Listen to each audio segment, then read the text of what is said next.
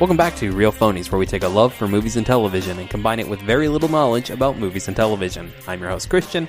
Join with me are my co-host, Joseph. Yellow. And Jehu. Once again, no Ian. He is coming back from Harry Potter World, where he said Hagrid's magical motorbike shit was a lot of fun. Cool. I mean, Sarah used to go there about twice a year, so she loves that joint. I've been once, and it was a good time. Yeah. I'd like to go. Star Wars World is first now. I'm going Harry Potter World. going there in April. Good for you. I'm excited. I, by and large, am opposed to fun, so it'll probably be a while before I see either of them. I'm glad you're on this podcast. That's what we're about here. Joseph, I think you have the news for us this week. I do. So there's actually a fair amount of news, but we'll see if we can rocket through it. The first thing, and probably the most morally or emotionally devastating thing on this list, is, as we've talked about recently on this podcast, Disney acquired the film and TV rights to 20th Century Fox's film and TV production. Well, not TV. They got TV, didn't they? You can't do... The four major networks can't overlap. That's like an FCC rule. Oh, okay. So Fox is a television entity. Like FX, I think they have. Yeah. But Fox, they do not own. I don't know. It doesn't matter. But they still have the rights to those shows, right? Correct. Most like important, Simpsons is on. Right. Yeah. Most importantly, the film, and most importantly now is that Disney is going to be removing the 20th Century Fox opening. Well, it's going to be 20th Century. They're just going to get rid of Fox. Oh, really? So it's not going to be Fox Searchlight, and it won't be 20th Century Fox. So it'll be Searchlight Pictures and 20th Century Pictures. But will it have the same opening? Yeah, I know that trumpet fanfare. I feel like they'll keep that. They That's goddamn very iconic. I think this is mostly just about Rupert Murdoch is toxic. So they want to not have the name Fox. I mean, That could be. That's fair. I would be so sad if that goes away, because that's like one of my first memories is on the opening to the original Star Wars. Right. Is the dum, da-da-da, da-da-da-da-da. I can't think of anything that makes me think movies. Oh no, I know it. That Absolutely. Theme. Yeah, totally. Fuck you, Universal. Your theme is shit. Right. Yeah, no, it makes a ton of sense Right. and probably was inevitable, but still a little surprising in that because of just that name recognition. Yeah, Right. it's pretty iconic. Yeah. It is weird to buy a brand and then decide you're not going to use that. They brand haven't done it anymore. to anything else. Yeah. You know, Marvel, Lucasfilm, Pixar, they all still have their own kind of opening. That's why I think it has to be about Rupert Murdoch. Yeah. You know. It could be. So, semi-news for people outside of our country. Netflix has acquired the streaming rights, which again was a very big deal at all for anybody, to all of the Studio Ghibli catalog for everywhere but U.S. and Canada. Those are going to HBO Max. That's correct. So I know a bunch of people on my Facebook shared that from 100%, Netflix. yeah. They are wrong. They're going to be sorely disappointed.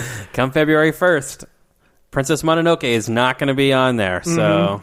And I think HBO Max is until May anyway. Yeah, it's a long time. And it's $16 or some shit. This is America. How are we not getting this first? This is horseshit. Also Japan. It's You know not what gonna I wonder in something like this? Oh, yeah, in Japan, you're right. If you like had a friend who lived in like Estonia, Yeah. could you use their login and watch their Netflix and get this shit? Or there's some kind of fail-safe and way to keep you from I changed my Disney Plus to Norway so that or my Xbox to Norway so I could watch Disney Plus like 2 days early. So I think it's possible. So there's a way around this. Yeah. For sure there is. But anyway, now you know. Next up, we found out recently, since Ian's not here, we'll represent him. Apparently, we had misjudged the public desire for a Bad Boys movie. And so with the immediate success of Bad Boys 4 Life, which was Bad Boys 3, they are now looking to make a Bad Boys 4. What the fuck are they going to title this one? I don't know. Apparently there's a mid-credits teaser in this one too, so maybe they kind of always plan it, because both of them, Will Smith and Martin Lawrence, are planning on coming back. And I mean, neither one of them has that much going on. you know what's funny is I turned on Bad Boys 1 last week because I was like, I'm going to watch these so I can watch Bad Boys, and I made it about 5 minutes in, and I was like, this is not for me anymore. No, it's not. You know, I mean, we did in public say that it wasn't going to be a hit, but privately we had changed our minds. Because That's true, yeah. the fan cast we did was a big hit, and we were like, why is this one such a big hit? And we thought, maybe we're wrong. Maybe this movie's going to blow up, and it kind of did. Yeah, definitely big for a Bad Boys movie in January. Right. 18 years after the last one. Yeah, it's kind of surprising to me. But on that note, the writer for the original Bad Boys is also being tapped to write a National Treasure 3. I have been waiting forever for this movie. Have you now? I love the first two. They're ridiculous, but I enjoy them. Shitty Indiana Jones. I've never watched the second one, but I enjoyed the first one a lot. Yeah, the second one's worse. Yeah. But, you know... Which country star is president in that? I don't remember. Is it a country star, though? Yeah, I can't remember which one it is. Oh, maybe it's not. Maybe I don't feel like it is. It might be Bruce Greenwood. I can't remember. I don't think it's Bruce Greenwood. But I think he's supposed to be a country star in the movie. Oh. Yeah.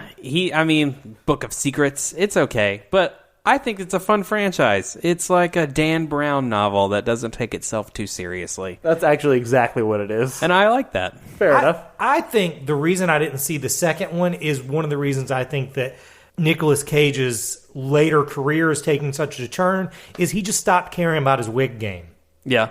You know, he used to have a tight wig game, like a fucking Samuel L. Jackson level wig game. And now he just does that same one basically every movie, and it's no fun. Yeah. Fair enough. Was it Bruce Greenwood? I was working on it. I'm giving up on it. I don't care enough. I don't care enough either. I gave you that whole wig filler You did. there. I'm sorry. I'm not very fast. Pivoting to The Matrix 4, which is the new Matrix movie that's bringing back a lot of the original cast.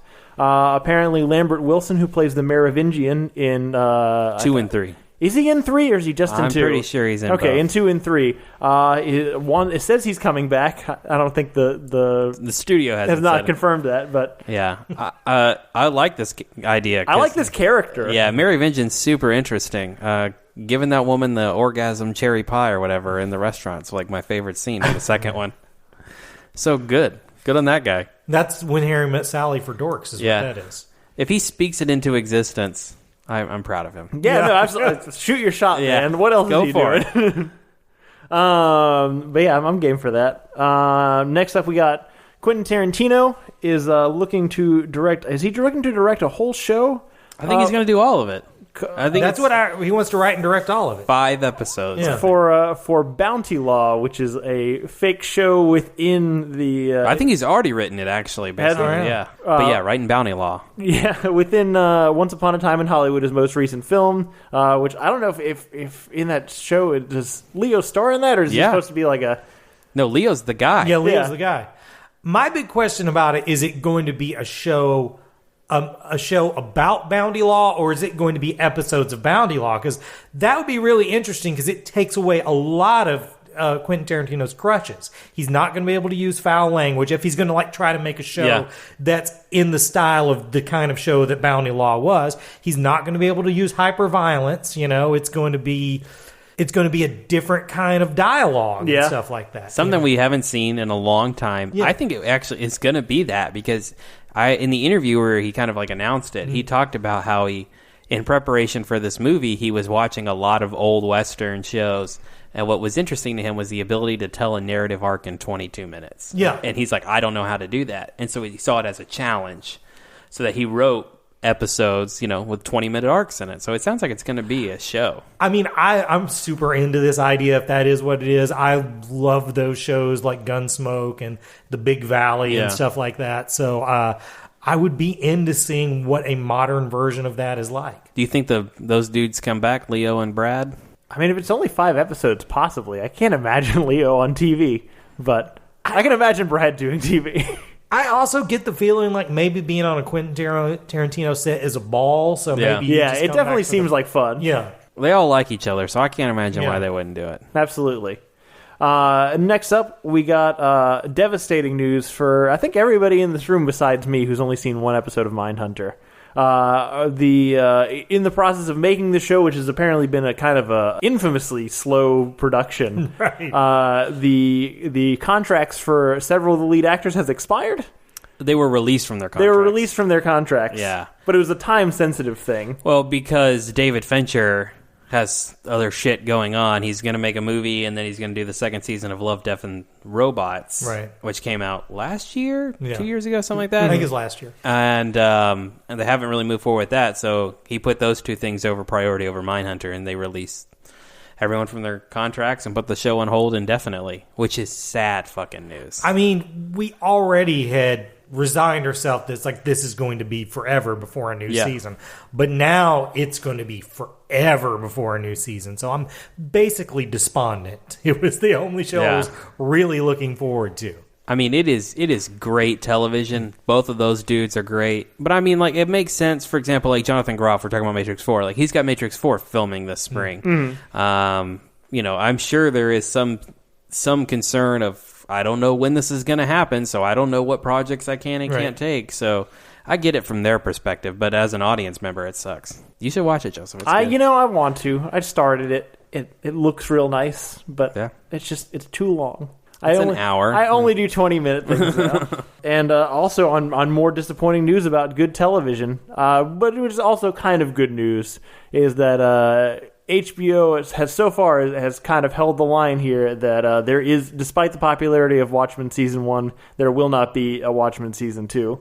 You know, I said that a long time ago, and you called me stupid about it. Well, honestly, it's hard for me to believe because it was like pretty critically and I think commercially successful. I think a lot of people watched it. I know. I feel like HBO's kind of already backtracked from this since they've made this like more final statement, because of people's reaction to it. But I don't know. Damon Lindelof doesn't seem interested in coming back. I don't know who would want to try to do it after that since he was so successful. Somebody who wants money. That's fair. J.J. Abrams. What's the guy who got kicked off Star Wars? I feel like HBO Colin Trevorrow has just thought back to what a huge hit and how beloved the first season of True Detective was, and what a hard time they had following that up. And they're like, hey, let's just put this on the shelf. If we think of something, we'll do it later. The night of, that was only one season, right? Mm-hmm. And it's pretty critically acclaimed. Like, I would be okay if HBO kind of switched up their model and went to like mini series kind of only. Like, I dig that. Particularly if that's all you got. Don't force it. Yeah. It's just it's a tough sell in the current environment where I feel like existing property is the main currency. Like, you want people to already know and have affection for what you're putting out. I feel like there's pressure like that on the macro level, but on the micro level, people are going to watch good shit. And so if that's, if it's one season that's good, people are going to watch the one good season. I don't know if that's totally true. I think there's a lot of good shit out there that none of us have seen just because there's too much other shit to watch. That's true. It does have the HBO brand, which probably helps, but... So... If they don't do this anymore, what do you think they do to get to replace this? Like, they have to be thinking, okay, there's got to be another comic book property out there. We know they're going to do some because we know Green Lantern's coming out soon and Adam Strange. I'm talking about specifically like this, like an adult sort of darker take on superheroes. Yeah, I mean, there's that movie Super... that came out a while ago. I mean, it's kind of a similar vibe. It's Watchmen-y. Yeah, it's like, I don't know. Yeah, it's somewhere between Watchmen and Kick-Ass, I guess. Yeah. And there's something like that, like Kick-Ass or Super or something like that I could see, running the same line. I don't really want that because I think that super gritty era has already been done. I liked the bringing it kind of back to the ridiculousness that Watchmen did. And I don't really know what suits that well. I definitely can't think of anything that they could do exactly like this, where they do like a continuation. Yeah, I know something. I thought of some things that I feel like they could do adaptation wise if they like doing them more. Yeah. I think Dark Knight Returns would work well as a TV series, but it would have to be more faithful than what Watchmen was. Well, the one I was thinking of, there's a book called Planetary, and it has a similar vibe to Watchmen in that it's kind of a dissection of comic book tropes and stuff like that. And it's by Warren Ellis, who's already kind of a hot property. Yeah. So that would be, and it also is owned by DC Wildstorm. So I could see them maybe going with that. But. What if just for like production budgetary reasons? Because that's I feel like where we're kind of limiting ourselves for TV. What if we did like a dark, gritty noir detective story with The Question? Since we're already pulling off like totally. The one that's been in development hell forever. Why the Last Man? That would be a fantastic show. Every single time a comic book show gets greenlit, I'm like, I can't believe this got greenlit before 100 Bullets. I don't know if you guys have ever. I've heard of it. Yeah, you tell us about it at least once a year. But it's just made to be a TV show. Yeah. Fair. Well, that went on longer than the rest of the topics. That's okay. We're doing great. And then the last thing on our list here is that I don't know if this is based on his success with the Marvel Universe or based on his success already with Star Wars properties, but Taika Waititi is being rumored to be looked at for helming a Star Wars film. Yeah, rumor is after Thor Ragnarok, Which I guess means Akira is done. It is done. He is. He's I think not gonna do it. that also was kind of low key announced.